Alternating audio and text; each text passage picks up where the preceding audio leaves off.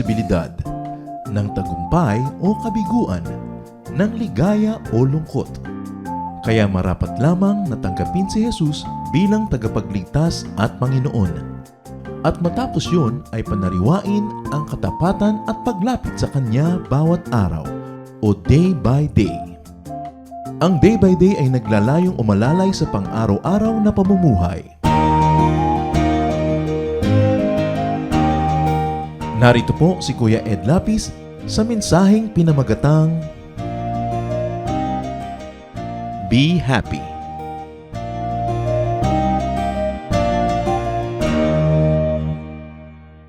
Isa sa mga pinakamahalagang katuruan at misyon ng Panginoong Hesus, sinabi niya, I came that you might have life and have it abundantly.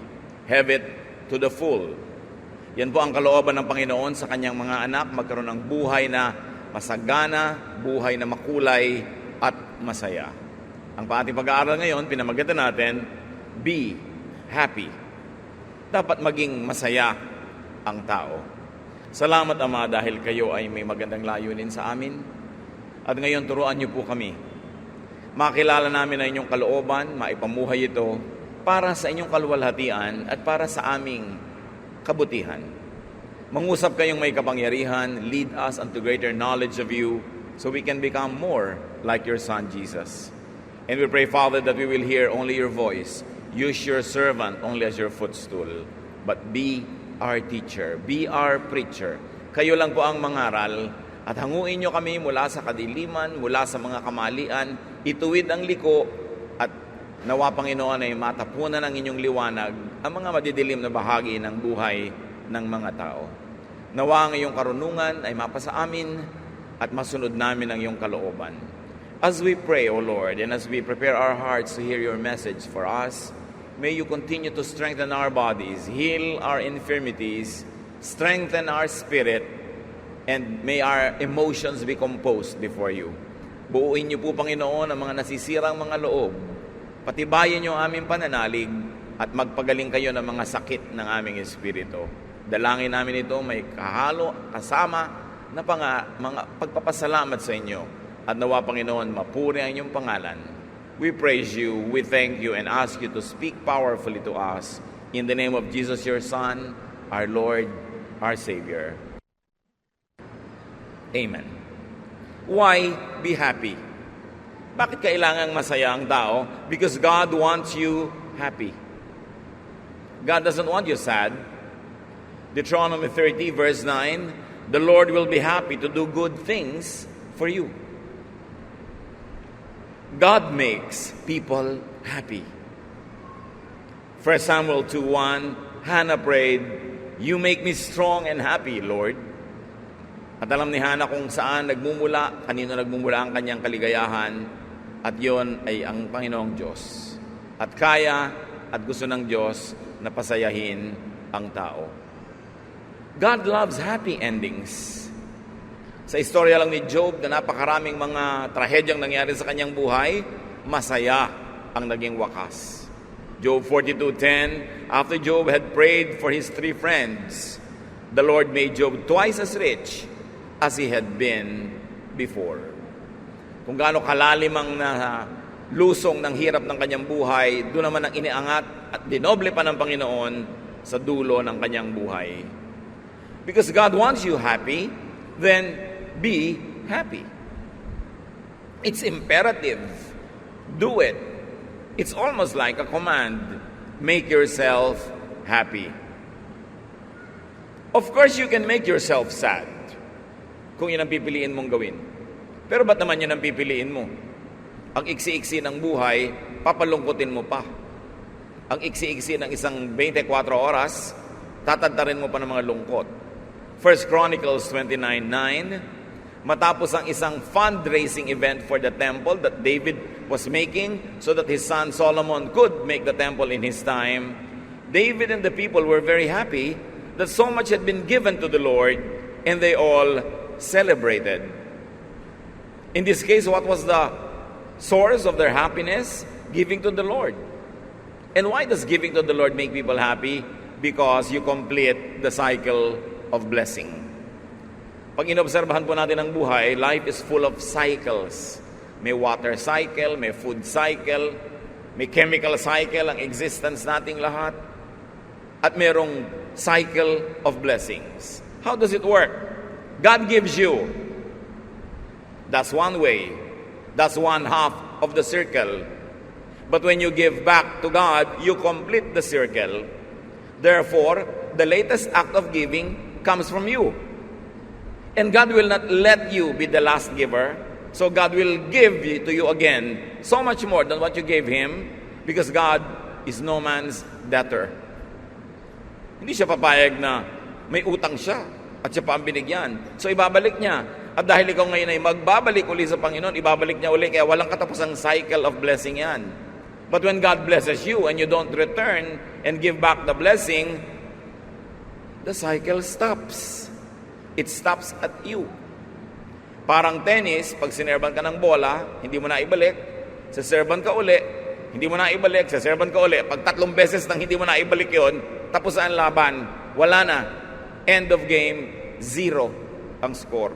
The love set, they call. Kaya maraming mga tao, hindi sila masaya, kasi matapos silang pasayahin ng Diyos, hindi naman sila nagsusukli ng kasiyahan sa Diyos. So, wala nang kailangan pang ipagpatuloy yung cycle.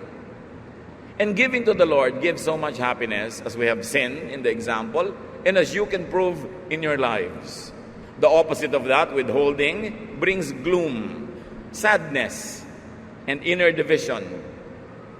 Because there's also a part of you that will be grieved when you withhold good things from God and from other people. So make yourself happy by giving to the Lord. 1 Chronicles 29:14. But why should we be happy that we have given you these gifts? They belong to you, and we have only given back what is already yours. Yung palang nakakapagpasaya. Sa inyo naman po talaga yan.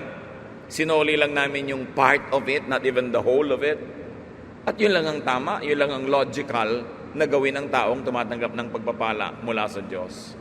1 Chronicles 29:17. But we are happy because everyone has voluntarily given you these things.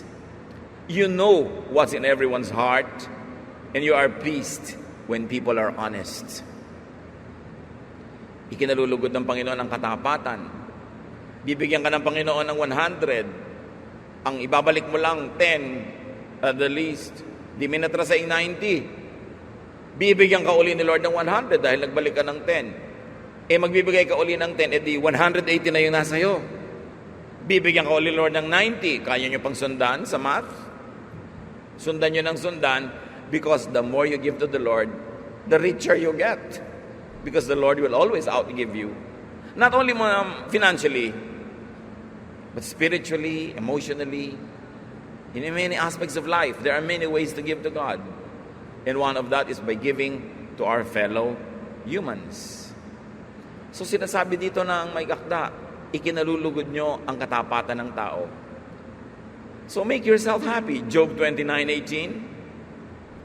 I feel certain that I would live a long and happy life, then die in my own bed. Can you imagine this thought? Feeling lang yan. I feel certain that I would live a long and happy life. And whether or not it happens, what matters is while you are thinking and feeling it, you are happy. Pwede mo namang balik na rin. Isipin mong malapit ka lang mamatay, na magkakalasog-lasog kang parang papel, magkakadurug-durug ka. Pero ano magiging feeling mo, di ba? Lungkot, fear. Ba't yun ang iisipin mo? Napipili mo naman kung anong iisipin. At eksakto man na matupad yung iniisip mo na maganda o hindi matupad, at least habang nag-iisip ka, masaya ka. Think positive. Even if things do not turn out as you would have them, at least you're happy while thinking about it. And always hope for the best.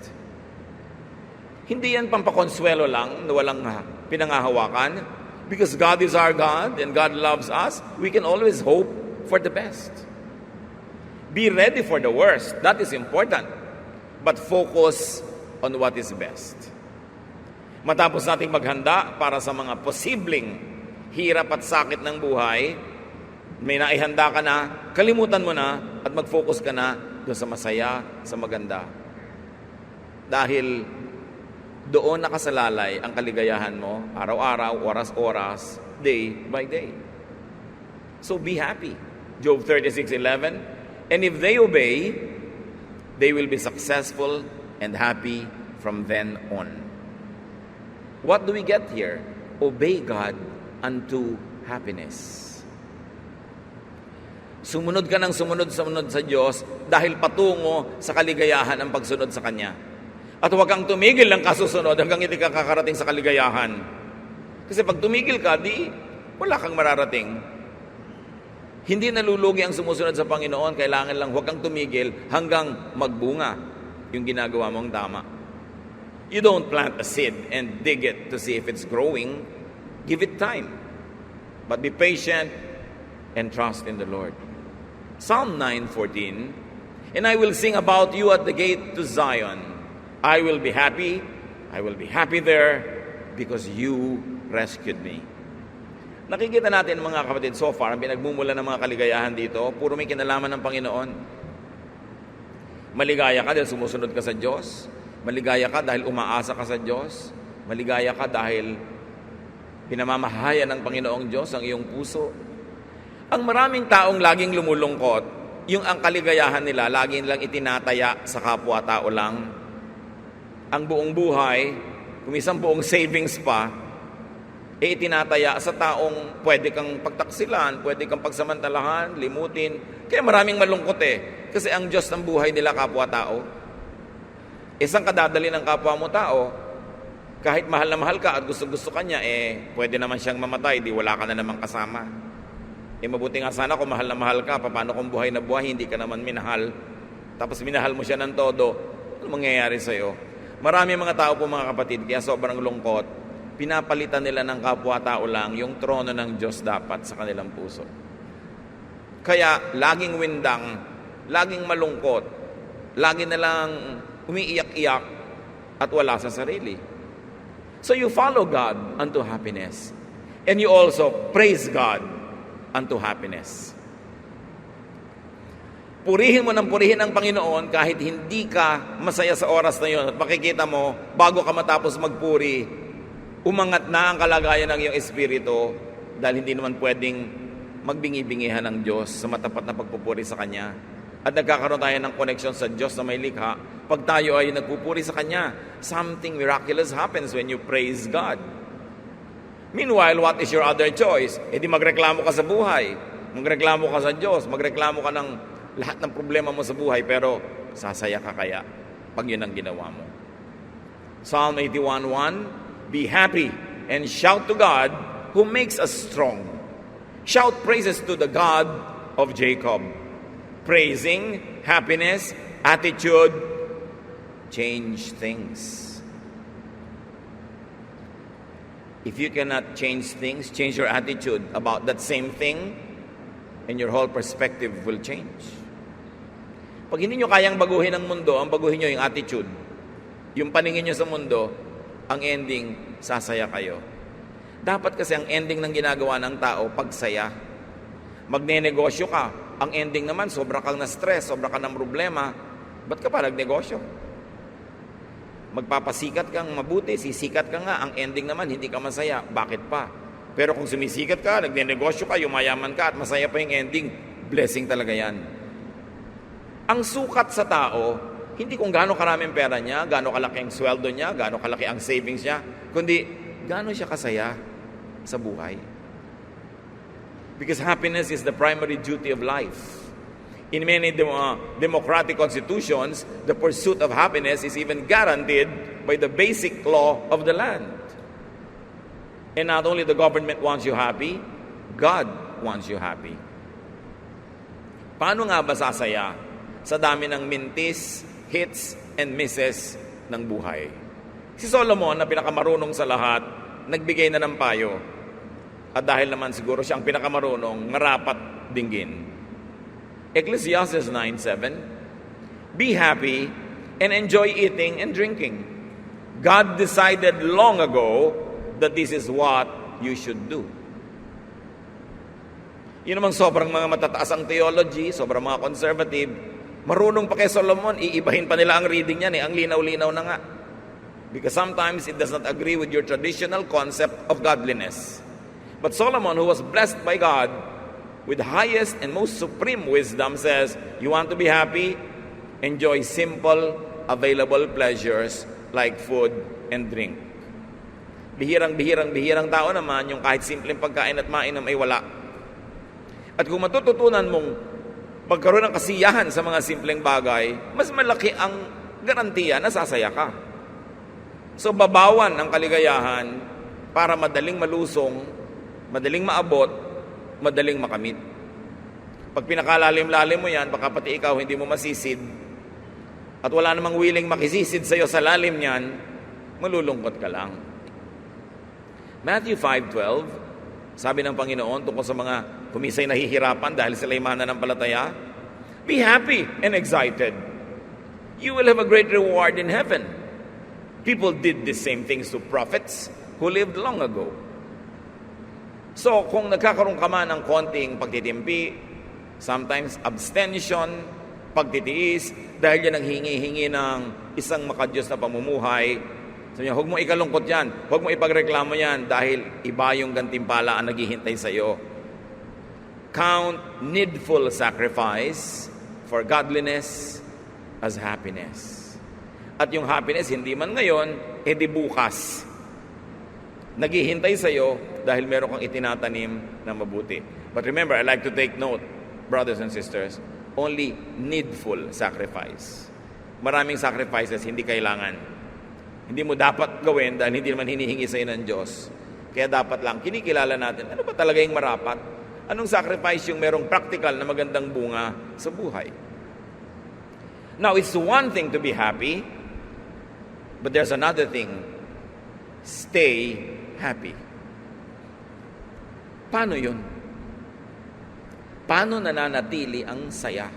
Paano napapanatili, napapahaba, napapadalas ang saya?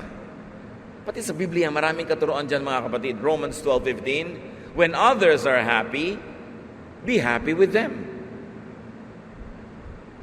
Hindi naman nauubusan ng kapitbahay, kaibigan, kamag-anak, katrabaho na masaya. Makisaya ka sa lahat ng nagsasaya at pag pinagdugtong-dugtong mo yon, marirealize mong, ay, ang dami ko na palang naging kasiyahan. So kung aatin ka ng kasalan, huwag kang madaling umuwi. Mag-enjoy ka, mag-stay ka, sumaya ka kahit hindi mo kasal at hindi mo gastos. Merong mga nag-e-enjoy sa buhay nila, meron silang magagandang kwento, makinig ka. Pwede ka naman makinig tapos mainggit, pero sasaya ka ba? Pero kung nakinig ka, tapos nagdiwang ka dahil itong kakilala mo ay umasenso, na-promote, sumikat, nanalo sa isang contest, edi sasaya ka rin kahit hindi ko yung tumakbo sa karera, siya napagod, pero masaya ka rin dahil nakisaya ka. Pero bakit maraming malungkot mga kapatid? Kasi pag may nagtatagumpay, ang inaatupag natin, mainggit. So habang dumadami yung tagumpay niya, mas lumulungkot ka. Sa sobrang materialistic Korean society ngayon, there is a saying in Korea, when your neighbor repairs his house, you begin to have ulcers. Pag may umaasenso sa tabi mo, nakakasakit ka sa inggit dahil sa competition.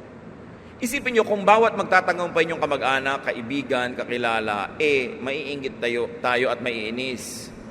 Ang dami nun, lagi kang malungkot. Pero kung makikisaya ka, hindi halos mapapatid ang iyong kaligayahan. Kaya sabi, when others are happy, be happy with them. When you don't have your own happiness, look around you.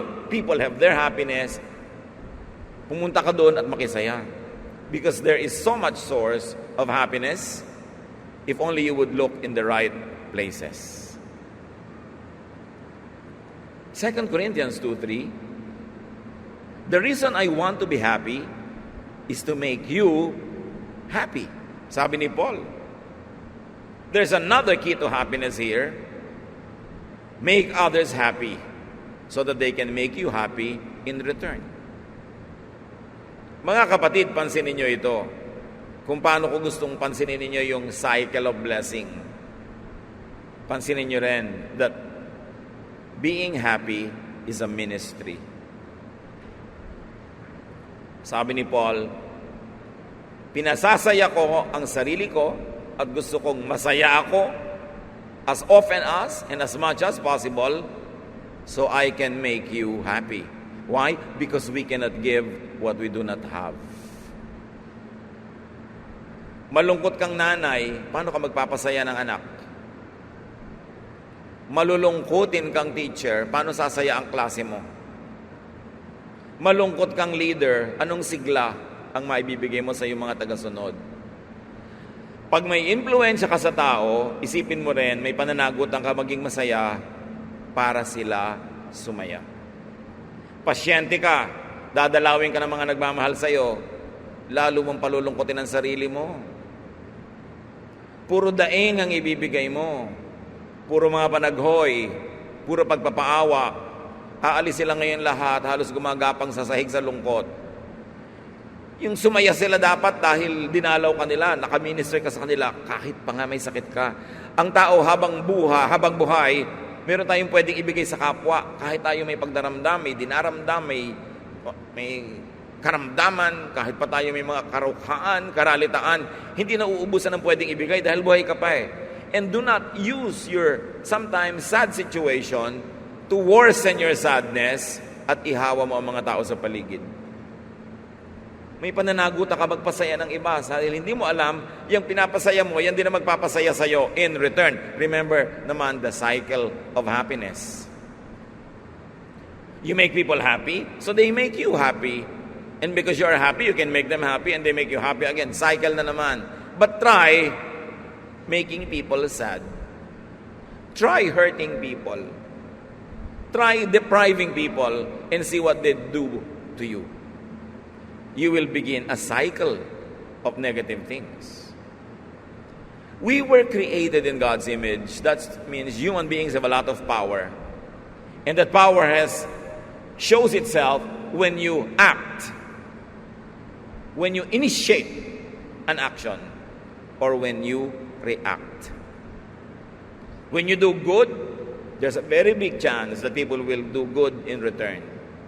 When people do bad things to you and you do good things to them in return, there's a big chance that they will stop doing bad and they might even begin doing good to you. Yun ang tinatawag na power natin na ibinigay sa atin ng Diyos. Meron kang kakayahan na ibahin ang mga nangyayari dahil may ibinigay sa atin ng Panginoon na ganong kakayanan. 1 Peter 3:10, do you really love life? Do you want to be happy? Then stop saying cruel things and quit telling lies. Pag marami nagtatanong sa akin, lalo sa Facebook, Tito, bakit po kaya ako laging malungkot? Marami ka bang sinasabing masasakit na salita? Pintas ka ba ng pintas? Nang backbite ka ba? Do you stab people in the back? Marami ka bang kasinungalingan? Opo. Basahin mo yung 1 Peter 3:10, anak. Kaya ka malungkot dahil sinungaling ka. Kaya ka malungkot dahil ang daming mga masasakit na salita na lumalabas sa iyong bibig. Nagpapalungkot yun. Hindi mo na kailangan iwan ka pa ng iyong papa para malungkot. Pag laging masasama ang lumalabas sa iyong bibig, lulungkot ka. Bakit? Kanino ba nanggagaling yung masasamang salita na yun? Kay Satan, syempre. Sa palagay niyo, mapapasahin ka niya? No way. Habang sumusunod ka sa kanya, mas aapihin ka niya. Lulungkot ka ng lulungkot. So your happiness is mostly in your hands or in your mouths. Sa atin yan. Madalas, pag tiningnan mo kung sino ang manufacturer ng iyong kalungkutan, ikaw din yun. Darating ang tao sa iyo, laging lungkot ang ibibigay mo, puro daing. Hindi ka napupuntahan ulit dahil nakakadrain, nauubos ang lakas niya pag ikaw ang kasama. So mamaya, lalo ka na lang lulungkot. But when you are nice, when you give to people, when you don't backbite people, merong natural course of events. Ang ending, sasaya ka. Because it is God's will that you be happy when you obey God unto happiness. 1 John 1:4, we are writing to tell you these things because this makes us truly happy. Ipinaliwanag ni John, bakit ba namin isinusulat ang mga ito sa inyo? Sumasaya kami pag itong pinag-uusapan natin. Sumasaya kami pag itong topic natin. At sumasaya kami pag kayo ang kausap namin. So again, paano sasaya? Focus on, tell and hear happy stories. Maraming sad stories, pero ba't yun ang pag-uusapan nyo ay nakakalungkot? Ba't hindi na lang yung happy? May isang nagbiyahe. Tanungin mo, kumusta biyahe? Minsan sa dinami-rami ng magandang nangyari, sabihin, ang daming beses umikot yung aeroplano namin bago kami naglanding, traffic sa traffic sa airport. Ang hirap. Pero 10 araw ka na wala, yun lang ang kwento mo. O yun lang ang binibigyan mo ng focus. Pwede mo ikwento, ang sarap ng kinain ko sa ganon. Naligayahan ako nung nagpamasahe ako sa paa ko sa ganito. Pero bakit yung nakakalungkot ang iniisip mo? Many people don't realize they manufacture their own sorrows. Pag nagsuot ka ng salamin na kulay blue, syempre blue ang langit. Pag nagsuot ka ng pink, pink ang himpapawid. Pag lagi kang malungkot, alam mo na yung sagot. Pinapalungkot mo ang sarili mo. 2 John 1:12, I have so much to tell you, but I don't want to write it with pen and ink. I want to come and talk to you in person, because that will make us really happy. So again, another source of happiness, tip from the Bible, talk in person to people. Spend time with people, but choose your topics when you are together. Focus on nice, beautiful, uplifting things. And discuss about sad things only if you have to solve a problem and it is necessary to discuss them. Pero yung mga paboritong usapan, pagka mga matatanda, nagkita-kita, pinag-uusapan, ay, mas mataas ang presyon ko sa'yo. Ay, blood sugar ko, panalo, mas mataas. Kasi mas ako nga, 5 operasyon na. 5 ka lang, ako 7. Nagpapalalaan ng kalagayan. Tapos nagtataka sila, ba't kaya ako anak malungkot? Isipin nyo ano mga repertoire nyo, anong topic nyo. Mga sakit. Tapos, ay, namatay na pala si ganon. Huy, napatay na pala. Tumigil nga kayo nakausap ng mga namatay. Ang daming ipinapanganak araw-araw, di yun ang pag-usapan nyo. Kaya alam nyo sa ospital, ang masarap na floor, kung pwede lang, pasyente ka, doon ka sa maternity floor. Yun ang masayang floor sa ospital. Kasi puro bagong panganakan doon, yung mga nagdadatingan, may mga dalang lobo, mga dalang mga laruan, masaya. Siyempre, alam nyo naman, pag nagpupunta kayo sa hingalo floor, kung hindi naman talaga kailangan, ba't doon ka naman tatambay, puro panangis, iyakan ang makikita mo. Pero may mga tao, yun ang paboritong gawin sa buhay, dumikit ng dumikit sa kalungkutan. Siyempre, ang mga mahilig sa kalungkutan, magkakabarkada rin yan. Ba't ka sasama sa ganon? So be happy in the Lord. Why in the Lord? Because the Lord is stable. The Lord is forever. Stand on solid ground. Yes, magmahal tayo ng tao. Yes, mahalin mo si mama o papa. Yes, pero Diyos dapat ang una. Para iwan ka man, dumating, umalis ang tao, stable ka kasi nakakapit ka sa Panginoon na hindi nagbabago. Psalm 89:16, we are happy all day because of you, and your saving power brings honor to us. As you can notice, puro God-centered yung mga verses na may kinalaman sa happiness. Proverbs 10:28, if you obey the Lord, you will be happy, but there is no future for the wicked. Luke 10:20, but don't be happy because evil spirits obey you. Be happy because your names are written in heaven. Anong background ito? Yung mga disciples, very excited, pumunta sa kay Lord. Lord, grabe yung binigay niyo sa aming blessing. Pati mga evil spirit na dati, ninenervyos kami pag nandyan, pag inutusan namin na umalis in your name, alisan. Wow, enjoy na enjoy sila. Sabi ni Lord, oo, maganda yon. Pero kung meron kayong dapat ikasaya, higit pa ron, nakalista ang pangalan nyo sa langit. Isipin ninyo, maliit ba namang kapangyarihan yung makapagpalayas ka ng masasamang espiritu? That's big. But compared to the bigger and biggest reason why we should be happy, that we are members of God's family, that our names are written in heaven, Sabi, yan ang tunay na malaki. At mga kapatid, kung kayo anak ng Diyos, your name is written in heaven, wala ka ng excuse para laging malungkot. Paminsan-minsan na lang. Pero parang ibon niya na dumadapo, dapat mong bugawin para hindi magtagal. Pero pag ang tagal-tagal na ng kalungkutan mo, ilang araw na dyan, ilang linggo, alalahanin mo that your name is written in heaven. Nakakahiya naman na sa kabila nun, nalulungkot ka pa. Kaya importante, ang ikinakalungkot mo lang pala, hindi ka na-invite sa ganong party, nakalimutan kang isama ni ganon, hindi ka na-text, every 5 minutes, malungkot ka na, wala naman sa lugar yung mga ganong lungkot. Dapat hindi na ikinakalungkot ang mga ganong bagay. Piliin mo na lang yung konti na dapat talagang ikalungkot. So be happy because of the Lord, and be happy beyond that which is not eternal. John 16:22.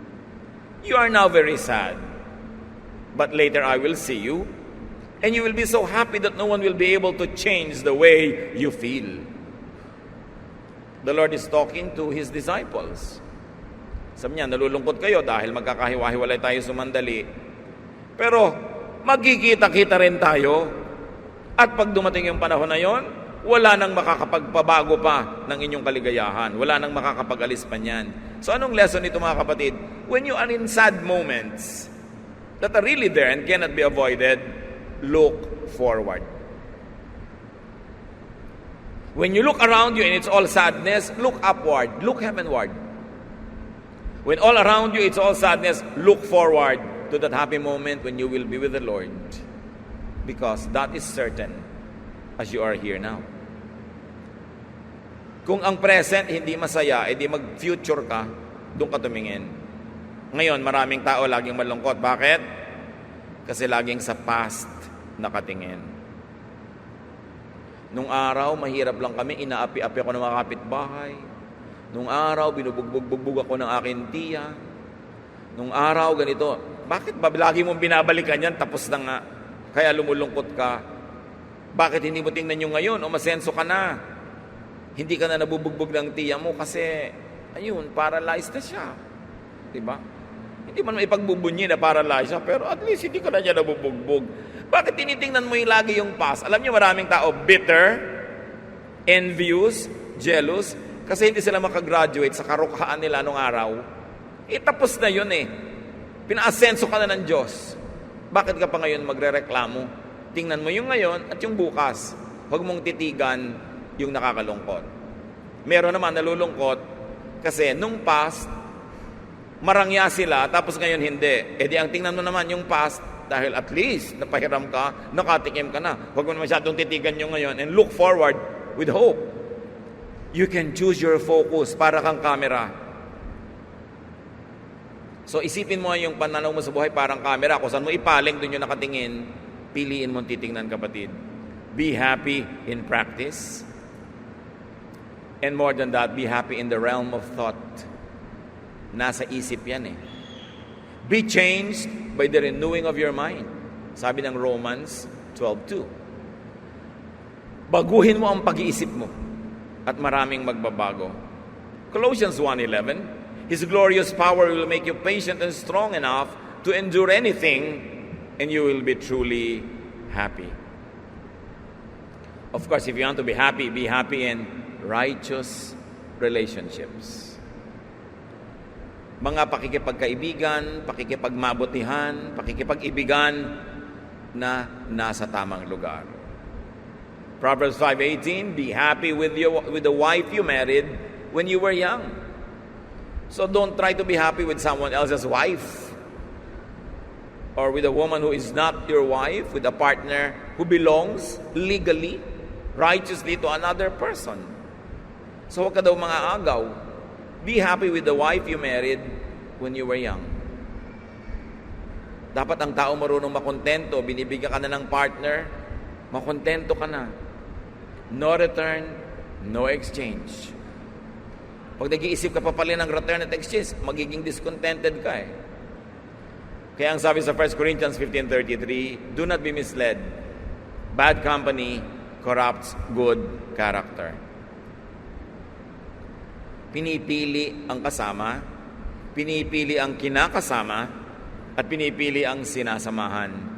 Dahil madalas siya nang nagbibigay ng lungkot sa ating buhay pag mali ang pinagmumulan ng samahan. Psalm 1:1, Blessed is the one who does not walk in step with the wicked, or stand in the way that sinners take, or sit in the company of mockers. Napakarami ng pwedeng gawin para sumaya, manatiling masaya, at dumami ang kasiyahan. But don't forget to pray for happiness. Pray for it. Psalm 51:8, Let me be happy and joyful. You crushed my bones. Now let them celebrate. Ito ay dalangin ng isang gustong makabangon na mula sa kanyang mga kalungkutan. Psalm 68:3, But let your people be happy and celebrate because of you. Si Solomon, anong ginawa niya na pwedeng gawin ng marami? Search for happiness. Hinahanap din yan.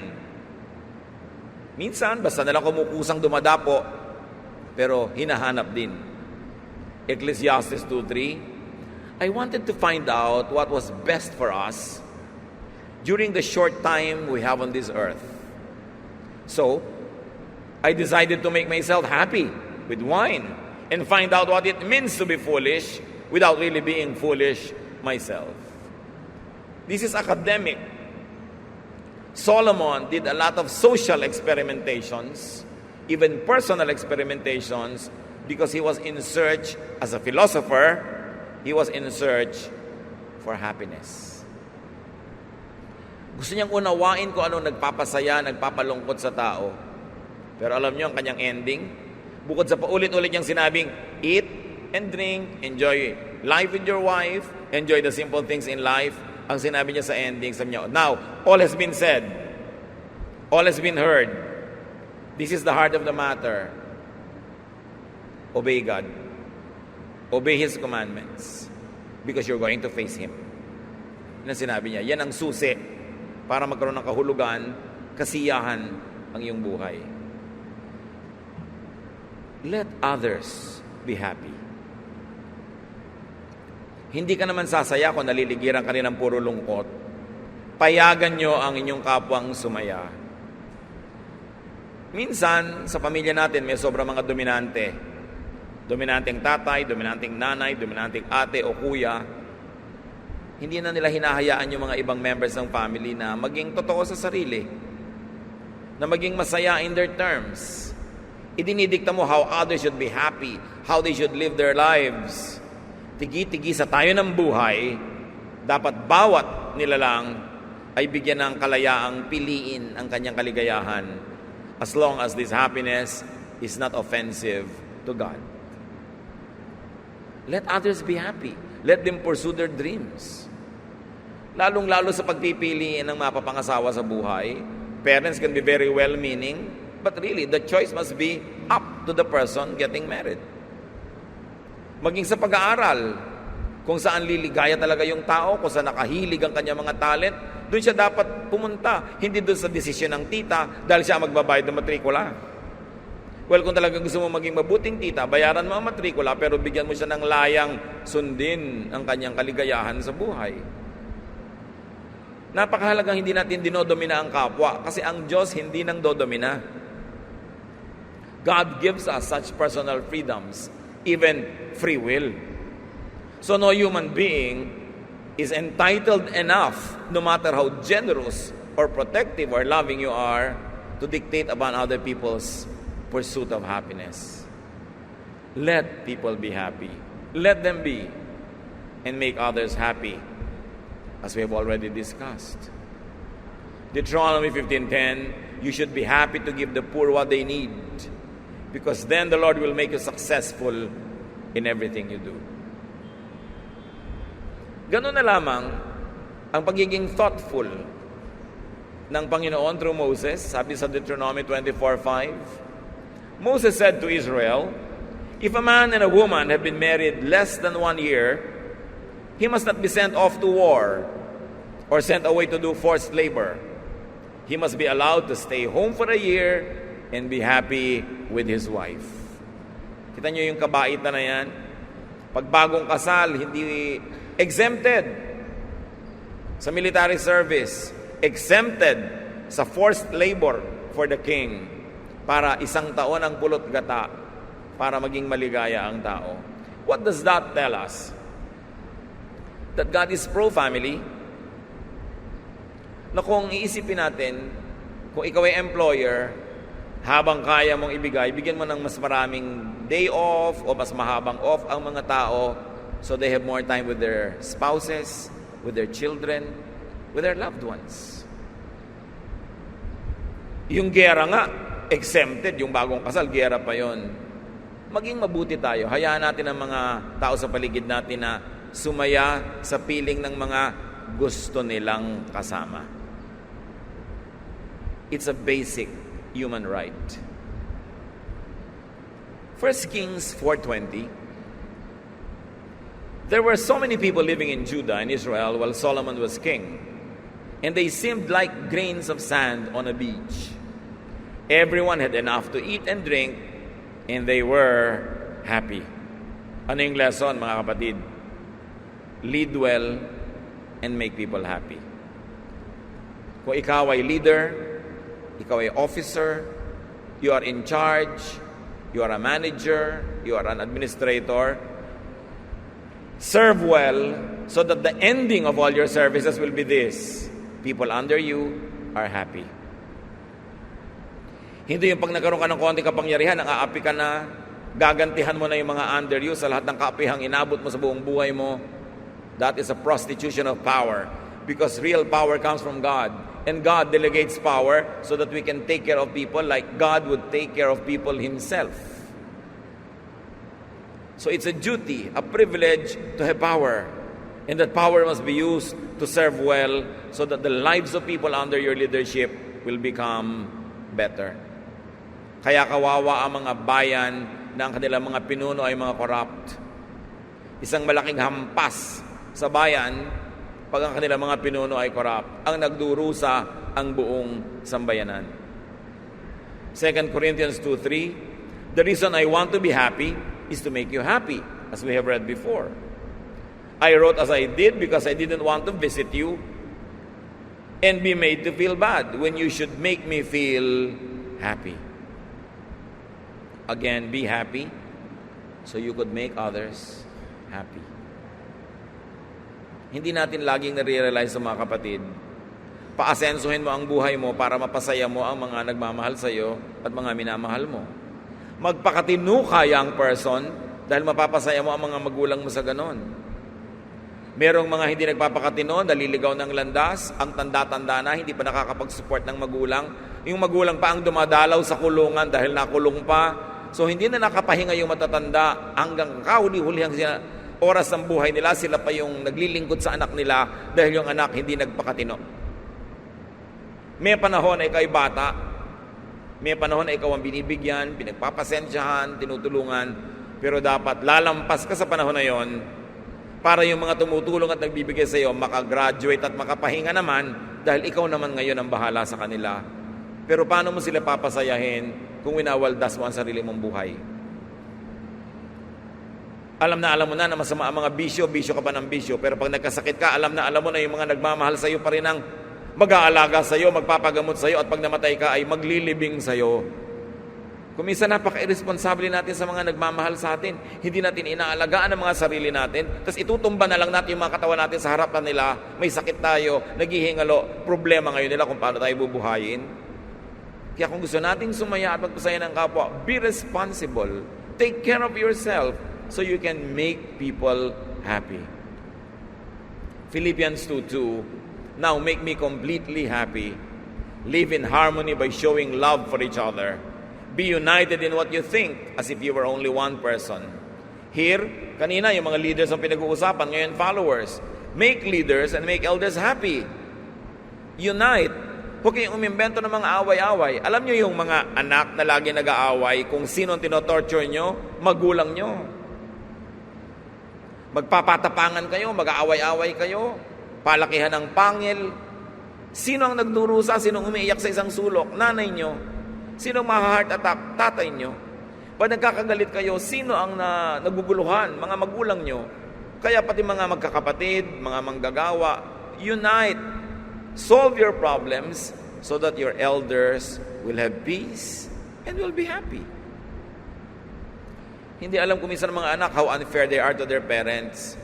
Awayan sila ng awayan. Pero ang pinapatay nila, yung magulang nila na nagdaramdam. Hebrews 13:17, obey your leaders and do what they say. They are watching over you and they must answer to God. So don't make them sad as they do their work. Make them happy. Otherwise, they won't be able to help you at all. Pag follower ka, you obey. You be submissive. You toe the line para masaya yung leader mo. At pag masaya siya, mas makakapamuno siya ng mabuti. Ang lahat makikinabang. Meron pang isang pagpapasaya, mga kapatid. Allow others to make you and others happy too. Kung minsan sobra tayong self-reliant, minsan sobrang proud, ayaw nating tumanggap ng pagpapasaya mula sa iba. May ganun eh. Willing tumulong pero ayaw patulong. Willing mag-alaga pero ayaw paalaga. Pero para masaya ang lahat, be willing. Allow people to make you happy. Allow people to love you. 2 Corinthians 2:3, the reason I want to be happy is to make you happy. No? Nabasa na natin yan ilang beses. So allow people to love you.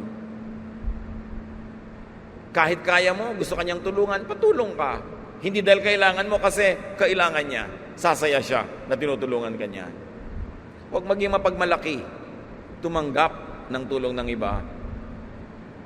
And finally, make God happy. Alam naman natin sa Biblia, pinapakilala ang Diyos, maraming emosyon talaga. Narong matuwa, narong magalit, sumaya, lumungkot. Ba't mo lang papalungkotin ang Diyos? Anong mapapala mo pag pinalungkot mo yung Diyos?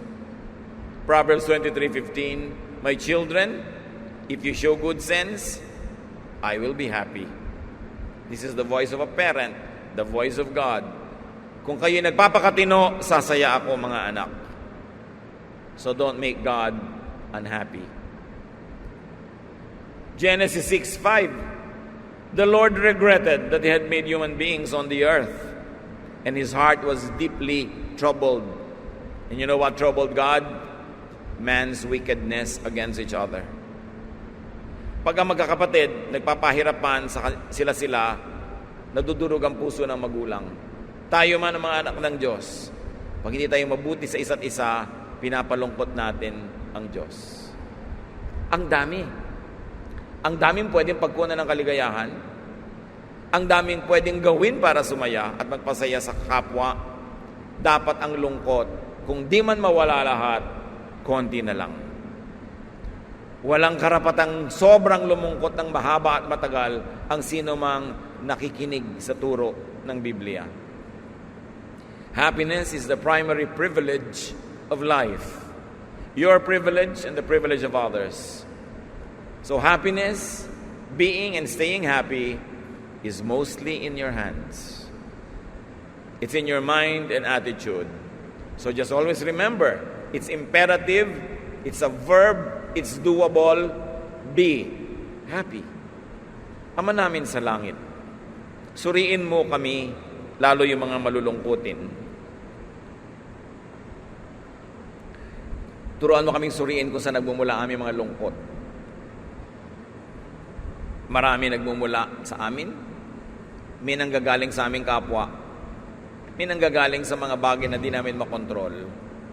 Pero Lord, lahat po ng kaya namin kontrolin, ng aming willpower, ng aming isip, ng aming energy, turuan mo that we put these things under control. So our lives will not be spent wallowing in sadness, but it will be spent mostly in rejoicing, in being happy, staying happy, and making others happy, especially you. Ituro mo sa amin, Panginoon, ngayon, sa aming pagbubulay-bulay, kung anong pwede pa namin gawin para lalo kaming sumaya at makapagpasaya sa aming kapwa, lalo sa inyo. Mga kapatid, let's bow our heads before the Lord. and silently reflect on a personal application of these many verses we have read. Nawa, Panginoon, makatanda kami ng kahit man lang konti dito. Mabuti kung mas marami, mai-apply namin sa buhay para hindi lang kami ang sumaya, pati rin mga nasa paligid namin. Spend some time in private and silent prayer, and also thank God for His gifts that make you happy.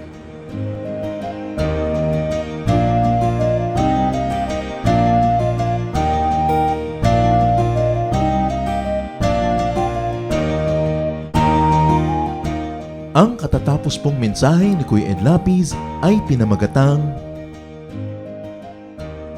Be Happy.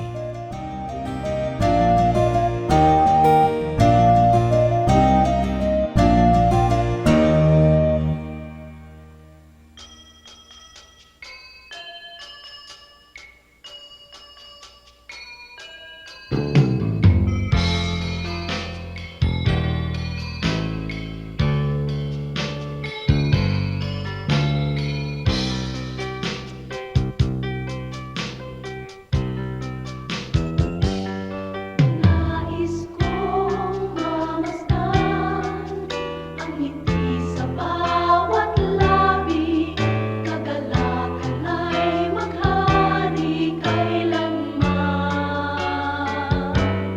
Nais kong marinig itong awit ng pag-ibig, kabutihan at kapayapaan man. Nang matutunan kong pigilin ang sarili kong minsan, puso ay bigyan ng kahinahunan. Ang katapatan ko nawa sa'yo'y hindi mahihimlay, mapagtiis na puso, kabaitan ang taglay. Bunga ng Espiritu, mayroon ka ba sa buhay mo? Ang kinakailangan na ipakita ng Kristiyanong tunay. Bunga ng Espiritu, kung wala sa buhay mo, kay Jesus tanggapin mo. Bunga ng Espiritu.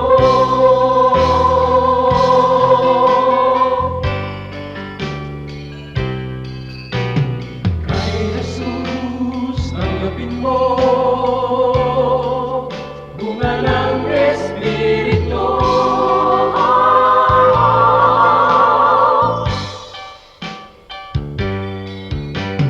Bunga ng Espiritu, mayroon ka ba sa buhay mo? Ang kinakailangan na ipakita ng Kristiyanong tunay. Bunga ng Espiritu, kung wala sa buhay mo, kay Jesus tanggapin mo. Bunga ng Espiritu.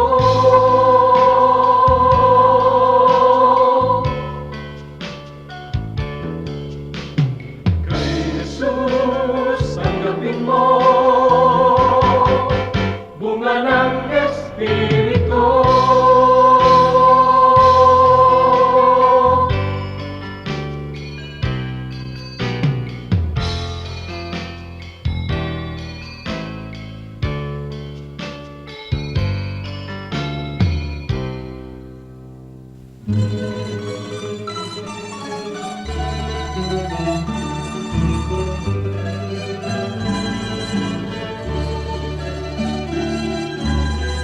Mga gawa niyo sa aming buhay, tuwin ay naaalala. Kayo'y laging tapat na tunay, puno ng pagpapala. Salamat sa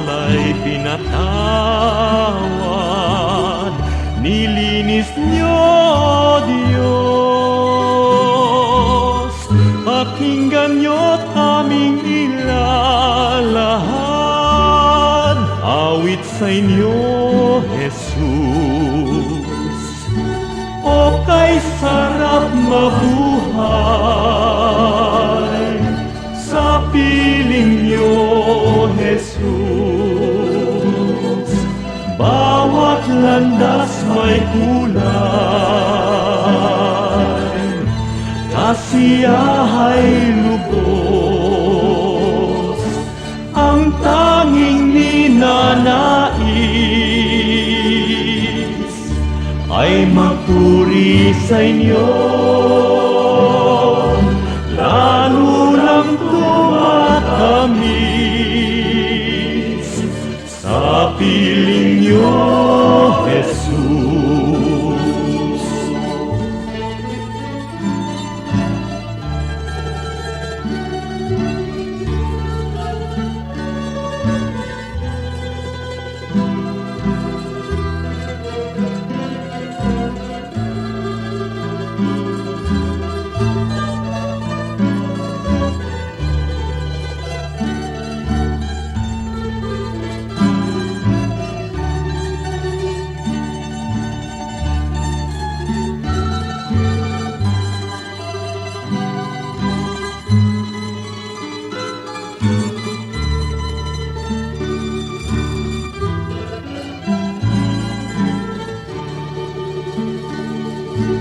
O kay sarap mabuhay sa piling niyo, Jesus. Bawat landas may kulay, kasiyahay lubos,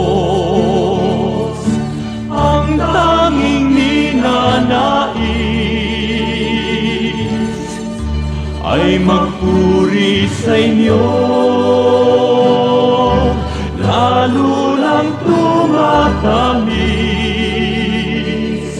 sa piling niyo, Jesus.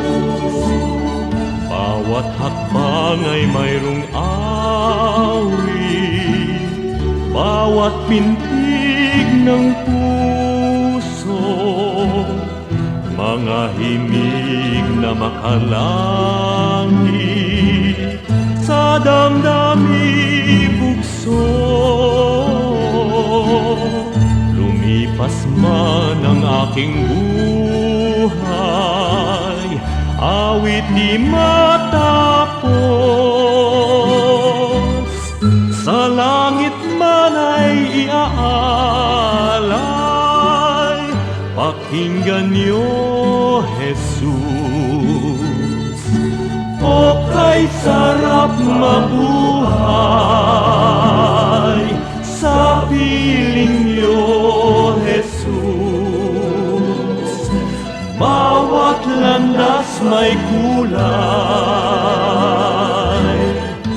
kasiyahay lubos, ang tanging ninanais ay magpuri sa inyo, lalo lang tumatamis sa piling niyo, Jesus. Lalo lang tumatamis sa piling niyo, Jesus.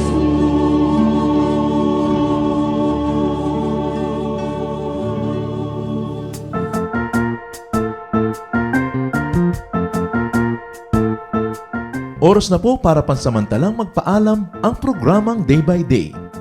Tayo po'y magsama-sama tuwing ika-6 hanggang ika-7 ng umaga, araw-araw. Magandang umaga po at mabuhay ang Panginoong Hesus!